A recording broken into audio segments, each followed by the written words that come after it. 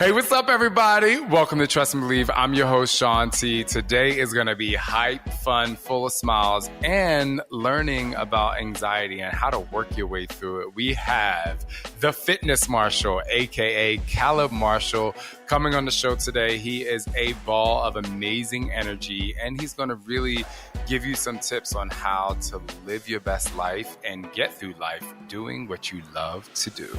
Get ready to trust and believe. Somebody say hell yeah! No. What's up?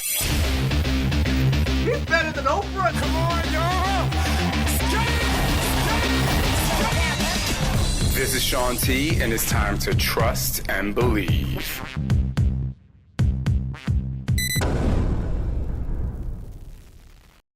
I feel like this podcast is going to be part messy, part fun, and extremely inspirational.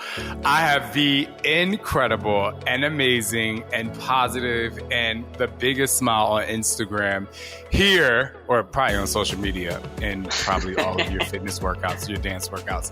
Here with me today, Caleb Marshall. Most of you know him as the Fitness Marshall. First of all, before we talk about all of you, can you let me know where the Fitness Marshall came from? Last name is Marshall, right? The Fitness Marshall just came because I was around my coworkers. I was drinking sake bombs for the first time. I would say probably like 5 sake bombs in. And this one girl looks at me and she's like, oh my God, you should call yourself the Fitness Marshall and wear camo pants and be like a sergeant. And I said, oh my God, Shelby, you're brilliant. And then I just ran with it. And I was like, that's so funny because my family is all military.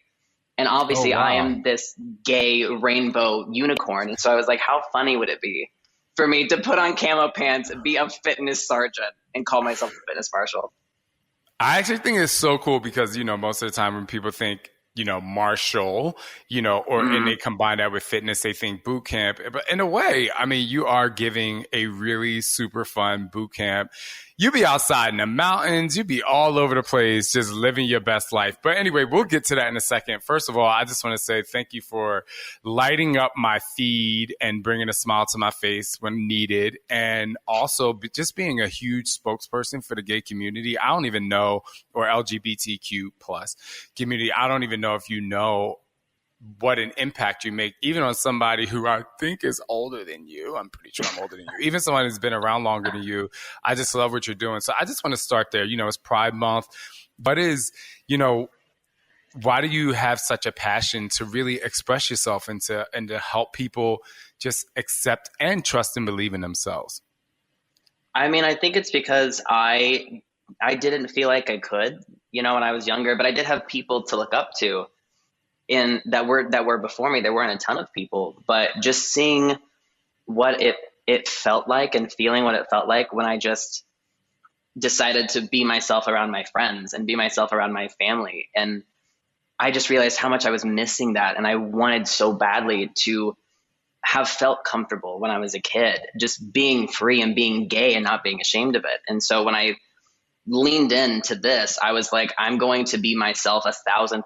And if it fails and if it's awful, that's fine. But at least I can do it knowing that I am 1,000% me. Once that camera turns on, like I am gay as hell and I don't care. And it's so fun just to be able to express myself like that. And I didn't realize how therapeutic it was just for me personally to have that space where I didn't feel like I had to pass as straight or assimilate to any type of culture. I really just got to be myself, and letting other people of all types just have that same experience is where I kind of found my purpose. But it really, from the beginning, was just, I was so desperate to express myself in a way that I wasn't ashamed or embarrassed. Yeah, it's really cool because you kind of understand that you were this way. You had to go through this process to get to really enjoy yourself. And I definitely connect when that camera comes on. You're like, bitch, this is the only way I know how to be if it's going to be as authentic as possible. But I think what a lot of people are missing, especially other LGBT youth or people who are still in the closet and at my age, it's that middle ground that people don't really see, right? Like, you know, in the gay community, it's like, when did you come out? When did you come out? But a lot of that growth happens between the time that you realize that you're gay and that coming out story. So what was the process in between there for you to really get to be this super vibrant, you know, happy, positive person that accepts you for you? I mean, I think for one, it was always really hard for me to fake and to be anything but myself. And so I think being so painfully authentic, I really didn't know how to fake it. And the more that I was trying to fit into something else, the more unhappy I was, the more uncomfortable I felt. And I just realized that even though it was scary and I had so much fear, it was so much easier when I just decided to be 1,000% me and be joyful and happy and not be scared when I'm doing something that is perceived as feminine or perceived as something other than what's normal. And that just gave me this, I feel like, power.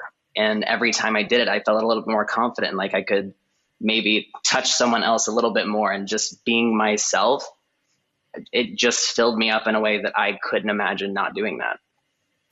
I've seen you do one, maybe two, but there was this incredible reel or TikTok that you did with your mom that was just like so funny. And obviously she gets you and loves you because obviously you're posting her all over social media. But what was it like? Like, did you grow up in a place that was super liberal, that really understood you? Was it easy for you to come into that, to come into your own, or was it a bit of a struggle? No, it was a struggle for sure. I grew up in Indiana, right in the middle of it, very conservative Christian town. And my whole family was very conservative, wasn't raised with any gay people in their lives. That really wasn't even an option. And so for me, I really struggled with my identity and feeling comfortable around my family. I mean, I knew that they would love me, but I knew that it wasn't the life that they wanted for me. I knew that there would be issues with acceptance. And so I hid it. And I was kind of forced out when my mom found my phone and she like saw text messages between me and my boyfriend. And I was like, oh my God, like now I have to come out. This is it. And it wasn't like this fairy tale where it was like, oh, this is wonderful. We love you, accept you. It was a journey. And at first it was, this is not okay. You have to change. You can't do this. And then it moved very quickly, I would say, into, we want to learn. We love you. I was never kicked out. I was never abused or anything like that. But it was a really long process of me kind of having to educate my family and educate people around me, which is something that it's not fun to do when you're also trying to come out and trying to like experience life and really come into your own. And so when you're in that process, the last thing you want to do is kind of explain to everyone what you're going through because you're really still figuring it out yourself. But I am lucky in the fact that my family really did come around and they really loved me first, no matter what. They were just, it was a lot scarier for them than I think it is for a lot of families today, which is great. Yeah, kudos to your family. I'm giving them props right now if they're listening. In addition to that, you know, you brought up the point of, you know, you trying to figure it out for yourself as you're coming through while also trying to educate other people. And you're like, I don't even know what's going on myself fully. How do you feel like, you know, again, and I like to bring this point up, you know, Caleb, you're just an exciting, extremely bright light. Every time you come across anything you're doing, you are unbelievably happy, but also know that you're also very vocal about the anxiety and things you struggle with outside of that. And I think that, you know, we're similar in that way. Like I definitely have mental health struggles for many different reasons. And I've been to therapy, but I think a lot of times people see someone as happy as you and they may hear you talk about, you know, the anxiety or any kind of mental health struggle. And they're like, well, is he being real? And I'm like, it's not like it cripples you all the time, but it it definitely has an effect on some parts of your life. Can you talk about your anxiety? Because I believe that there are people out there who may be going through similar things. Yeah, I mean, it's a daily struggle for me. It has been since I was a kid, and it's only, I don't want to say I've just become more aware of it and kind of how it manifests and what it does. And so it's really scary to have something like that and to go through it, but it's so powerful when you can talk about it and share your experience with others, because it's a sense of this community and like, oh my gosh, I'm not crazy. You're going through it too. We all have these things, but when you see people on social media and it's like you said, every post, it's like me smiling, me dancing, me happy. It's so easy to think that that just comes so naturally to me, when it's really like those moments are like those, I don't want to say they're the rare moments, but they're the best. And so it's like when I am dancing and doing my thing, I am genuinely happy. Like that is my medicine. It's my therapy. It brings me so much joy. But that's the only space where I'm like that. I am charismatic and happy in so many other aspects of my life. But day to day, if you saw me off camera, you'd see me struggling with anxiety, almost paralyzed by it in my head so much of the time. I feel like a lot of times without the dancing, I don't know how I would get through the day. Like if I didn't do what I do and if I didn't feel so passionate about helping other people and just kind of expressing myself in the way that I do, I think that I would be in a really bad place. And I mean, I have been in therapy for years. I go to therapy once every 2 weeks still to this day. I mean, my partner, Cameron, I lean on him so much just for like daily day-to-day struggles. And it's like, I just want to talk about it because it is so easy for me even to go on social media and see someone, even like you. I'll be like, oh my God, Shaun's killing it. How he's doing this and this and this. I'm so inspired. I wish you could be like him. And it's just like, I would never think, oh, Shaun's going through anything. Like in my mind, it's like, he's a superhero. And I think a lot of people feel that way. And so it's just so important to talk about it and be like, no, I'm a human too. I just press record and I can put on a show because I'm a performer. That's what I do. But I'm also a person. I think it's so, I mean, I've never done a study on this, but it's so interesting how a lot of group fitness instructors have had or do struggle with mental health, and fitness is their outlet. Because I don't know how much you know, but even for me, I was on depression medication when I first started teaching classes. And I would go to class and I would literally forget. Like my body would just come into this. I get the chills thinking about how stressed I was walking into class and then teaching class. And I was just like, wait, what was I stressed about? And how much fitness and specifically dance, because that's the first class I started teaching, a hip hop aerobics class.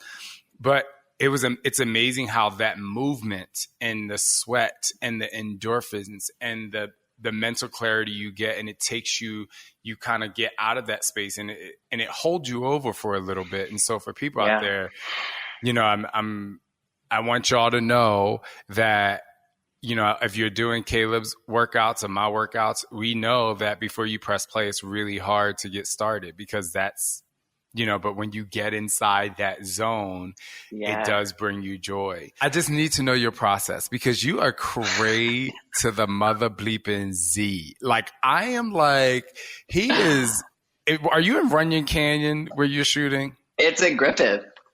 Oh, okay, Griffith Park. I'm like, there are people walking by. Him and his friends are dancing. I'm like, I don't know if he has I'm like, I want to come be in one of your workouts.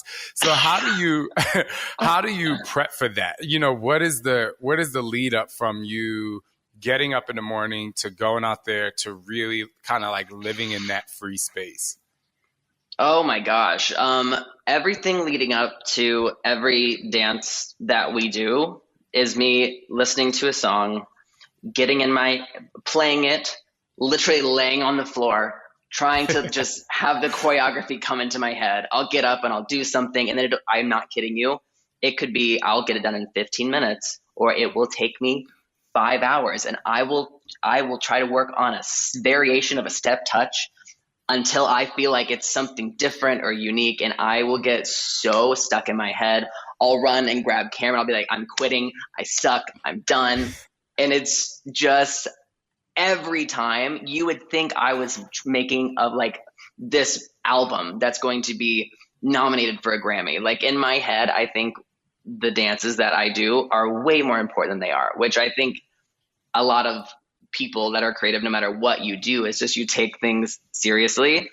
But sometimes I do it to a fault. So once I get past all of the mental blocks, the self-sabotaging, I get something I love, then I have the girls come over, and it's so funny because the backup dancers, I show it to them once or twice, and they're like, okay, like we're good. I mean, the prep time is so minimal. And when we get to that mountain and we're lugging all of the equipment up, I mean, it's me, Haley, Allison, and Cameron, my boyfriend / manager. And so it's just us carrying the tripod, carrying the camera on our backs, hiking up that mountain.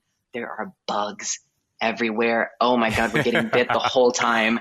There are groups of people who are passing as we're like practicing. And so we will like pause the music if there's a group that's coming that we feel uncomfortable because we're like, they're going to judge us. They look so cool. We're up here acting crazy on this mountain.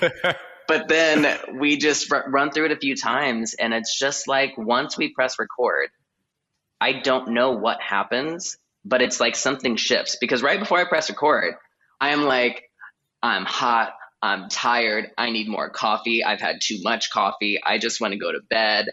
But when we press record, it's just like this magic happens. And for the next 4 minutes, we are these fitness pop stars. And it's just like you embody this whole thing. And it's funny because you were talking about how like before class, you'd walk in and be like not in a great place. And then you start teaching class. And that is me so many times. It's like everything in my head is often like, you shouldn't be here. Like you just need to go like crawl in bed if you're feeling anxious or feeling whatever. But I never ever let that voice win. And I always make myself do it. And as soon as it starts, it's like you said, I'm in this space I'm just in the moment and in the present. And that to me is like, that's why I love doing this so much, is because the gift of being in the present is something that's so hard for me. And so when I get to be there, I just thrive. Let's talk about the building of your business, because you have 3.2 million subscribers on YouTube. Yes, I'm looking at my notes because you got a lot of numbers here, young fella. With over 400 million views. Talk Really? about that process. Wow. and how many, like, did you run into any hiccups along the way? Oh my God, what wasn't a hiccup? So for me personally, I went into the creation of the Fitness Marshal because I was in a bad place. I was going through my first breakup, and I was like, oh no, what am I going to do with my life? I was in college and I was going to school for video production, and I was coming to the realization that I did not want to do that. And so I just kind of leaned into what made me happiest, which was these cardio hip hop classes I was teaching at college. And so I just took the dances I was doing in class, put a fun brand behind it, and threw it on YouTube. And so during my senior year, I put way more effort into YouTube than I did school. And somehow I did okay. And I got out. But like during those 8 months of my senior year, I was just posting and posting. And it was just for me. Like I was so excited to share kind of what I did and distract myself from all of like the dark thoughts I was feeling. And by the time I graduated, I had hit 100K on YouTube. And wow. Mind you, hitting 100K on YouTube when every single video you post has a copyrighted song in it means that you make no money. And so I didn't go into it this business plan. It was really just genuine passion. And so around that time, I met my partner, Cameron, and he was like, why aren't you teaching classes like touring? Why aren't you doing this? Why aren't you doing that? And I'm like, I just like to dance and make videos. And so he kind of helped and kind of gave me the confidence to tour, because I never thought anyone would buy a ticket to see me perform. Like I was terrified, and he made me set up our first class and we sold that out. and then we sold out the next one, and then we got a bigger show, and it just kind of evolved from there. And luckily, my best friends were in all of the videos with me, and they kind of all graduated college at the same time, and we all decided, hey, let's actually put everything we have into this. No one's really making money, so we all have side jobs. But then it became, okay, let's figure out how do we monetize this? Let's do the tour. Okay, let's try to do merch. Oh, merch really isn't working out. What do we do then? Let's pivot. Maybe like last year, we decided let's start our own activewear line. Let's come out with other products. And then we eventually decided to do a membership service where we do like live streams on YouTube every single week. But it was just like 6 years of how am I going to pay rent? What are we doing? Oh, we're getting sued. What do we do now? It's so many hiccups and so many times where we were like, I just want to quit. I mean, like there have been so many moments where it seems like this is the end of the road. The views are going down, or we can't use the music we want to use anymore, or like there's nowhere to go from here. And especially with kind of the space that we're in and using music, it was so hard for so long. And the only thing that paid my bills was passion and prayers. But we got to the point, it was so funny because, I mean, we were like 5 years in, and we got to the point where it was like, okay, we can't use music anymore. Like just a lot of bad things are going on, and we can't monetize this. Where we all moved out to LA together. What are we going to do? Like nobody can pay their bills. And then I'm not kidding you, like a month later, these record labels start reaching out and paying us to do their videos and paying us to use their music. And it's like a total 180 flip, and all of these doors started opening. And it's just like holding on and doing something that we loved was really what got us through. And I think that if we were in it for the money or in it just for the business at first, I think it would have been really hard to get to kind of where we are. But I think that in hindsight, it's always important to have a business plan and kind of have an idea of where something can go and how you can monetize it. Cause that was what I was very naive about. I was like, the world's just going to open up somehow. And it took a lot of just hard work and patience and being strategic to not really sacrifice what I loved, but to be able to do it in a way that I could build a business and make something out of this and give my friends jobs and be able to keep doing this for as long as possible. I was similar. So I left a full-time job in the corporate world to go dance, and I was a starving artist, and I was in LA, and I was very similar to you. I was just like, it's going to happen. It's going to happen. It's going to happen. Mm-hmm. And I think for me, because I knew what being in corporate world was like, and going into an office and sitting at a computer and putting together programs, and while I did do some movement, it was not for me, right? So I was just kind of like, I don't know, like sometimes I feel like you may not have the business plan, but your passion will win. And yeah, I mean, I think money was always, oh God, I want to make money.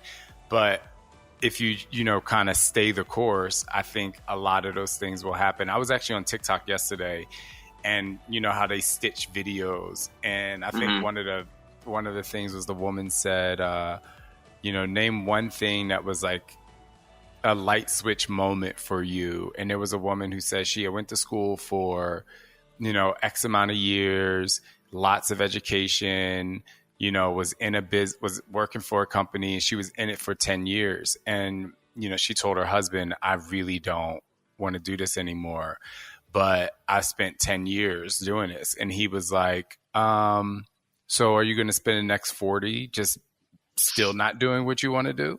And so it was like an eye-opening moment for her to be like, I want to go after what it is that I really love to do. And I've been on both sides of the coin. I was able to make a lot of money not being excited and happy.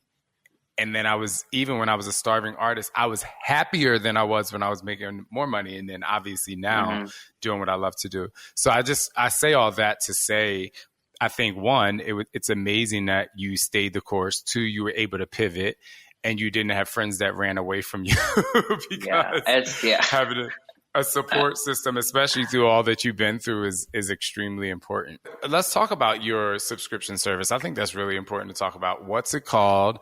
I usually say this for the end, but because we're talking about it, how can people actually find you shaking that ass all over the place? Hey, yeah, no, it was really exciting because right before the pandemic hit, that's when we decided to get into the subscription service and kind of offer what we do on YouTube. Because on YouTube, every week we post like a 3-minute follow along dance video. So it's very easy to jump into, but a lot of people want that longer form workout. And we really hadn't had a way to provide that yet in a way that made sense for our channel. And so YouTube just started offering this membership option. And so we decided to make a subscription service on YouTube and offer 30-minute and 60-minute weekly live stream workouts. And so the beautiful part of that is what people love about what we do is how real it is, I feel like. And so you get to see me mess up. You get to see us just laugh and hang out and have fun. And it really is just,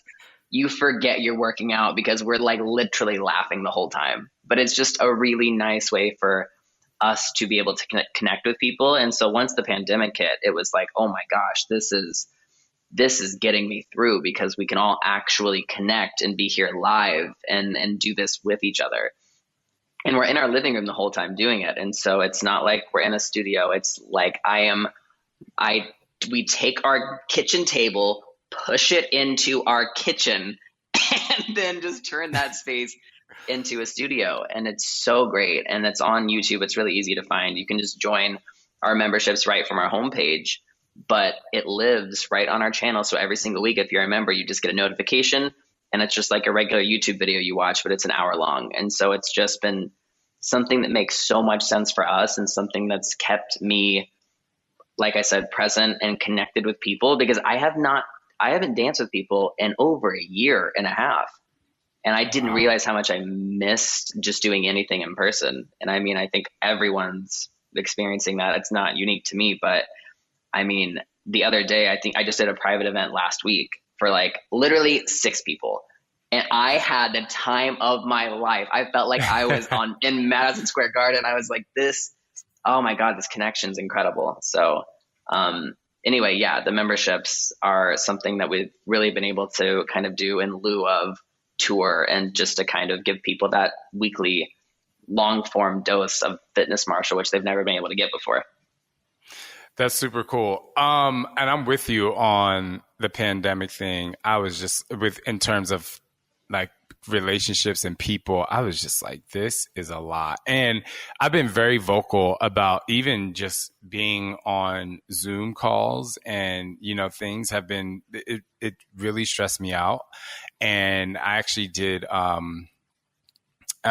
some research on why things like that stress us out. And one is because we're either looking at ourselves, we're trying to read other people's thoughts. We're used to actually moving, even though we're dancing or you're dancing, you're still moving with people is so different than moving on your own, and not having anyone there. It's such a crazy thing. Yeah. But I believe that, if I can be a little weird for a second, I believe that humans, the energetic connection between two people that aren't even touching is extremely powerful and fueling. Mm-hmm. And I think that what we went through last year, everyone dealt with it in their own way. But I believe that, especially if you are a live group exercise instructor, or even if someone who likes to speak at live events or throws events, it really kind of threw your equilibrium off in a really odd way, but up here. Which kind of takes me to the next thing I want to talk about. You actually have found a way to take, your struggles from obviously being gay, growing up gay, having to educate your family, all the way to your current struggles with anxiety, obviously being able to find the outlet in fitness and find peace and fun and motivate other people through fitness. And now you have a podcast. Tell me a little about your podcast. I have to be honest. I haven't listened to your podcast yet. I know it's messy, but I am inviting myself to be on a guest one day soon. But anyway, tell me about it, or tell us about it. Yeah, so it's funny. My backup booty, Haley, who's also my best friend from high school, and my last girlfriend. We started the podcast. We got way too much to talk about. Hold on, wait. Before we get into the serious stuff, this is your last girl. Let me pull my hair to the side for a second for this one. Excuse me. So she was. I mean, she was my most serious relationship in high school. But that was the last one, and then I was like, okay, all right, I have had it. We're done. But we've been best friends ever since. And it's so funny because we dated when we were like 15, but for some reason it's still like she's my ex-girlfriend. And there's always going to be that energy there. And it's so funny to me.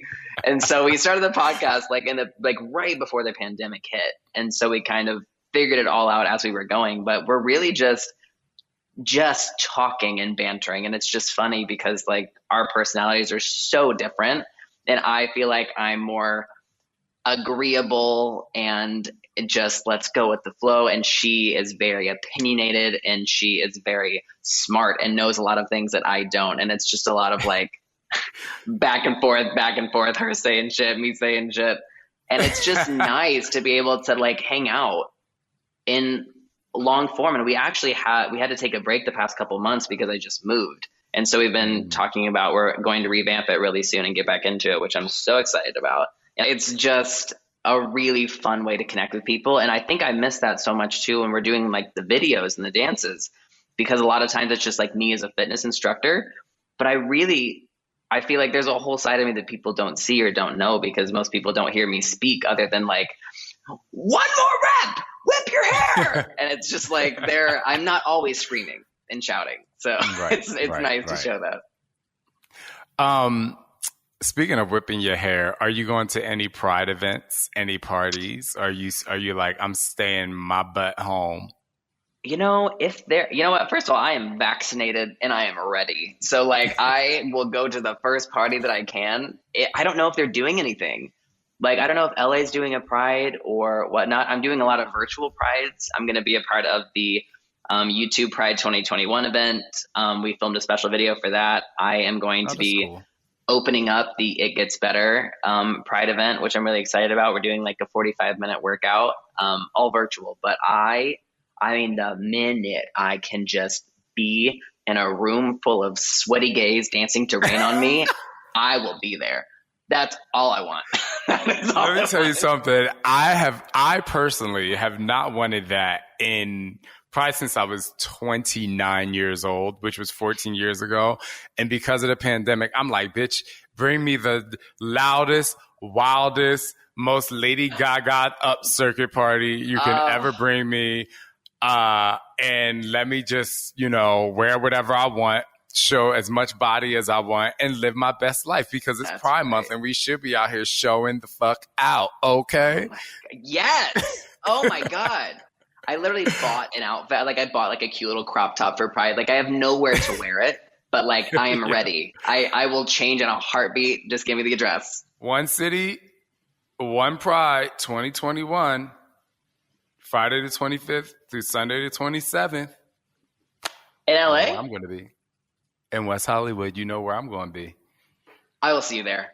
I will see you there. I will go right now and wait. We should literally do an entire reel in the middle of that nonsense. But stop. No, people would lose their mind. Just when I stitched your reel, people lost their mind. They're like, "Oh my God, my fave fitness guys." You should send me one of your favorite routines that you've created. I do it, and you remix me, but I'll be like, this is Caleb's choreography remix, and have people remix me and us. So yes, you have to send me your favorite routine. That'd be fun. We are in Pride Month again, and obviously you are a huge voice, and probably don't know how much you're inspiring, gay people or all kinds of people, I should say, out there, shape, sizes, and everybody in between. But how would you tell and help people trust and believe in themselves going forward in their lives? Oh, God. I think that the person that you are right now, mentally, physically, that's the body. This is the mind that's going to get you to wherever you want to go. So if you can't start by loving where you are in this present moment, you're not going to get to where you want to go, because this is the vehicle. So you have to appreciate what you have, work with what you have, and celebrate it, because it's going to be a journey.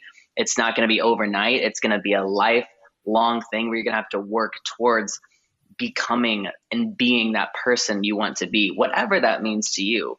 But this right here, this is good enough. It's worthy enough. It's valuable. And it has all of the tools to get you to that place in your life. Caleb, I am so happy we got to hear and see, for me, if you're watching this on YouTube, the man behind the moves, the man behind the smile. Thank you so much for being extremely transparent. And I think just that alone is going to help people understand that they too can move through their day. And even if they're struggling, find a path to smile each and every day. And you guys need to go follow this man on like every platform possible, and wait and stay tuned for our reel that we're going to do, because I'm going to shake that. Caleb, thank you so much. I appreciate it. All right. Thank you, Shaun.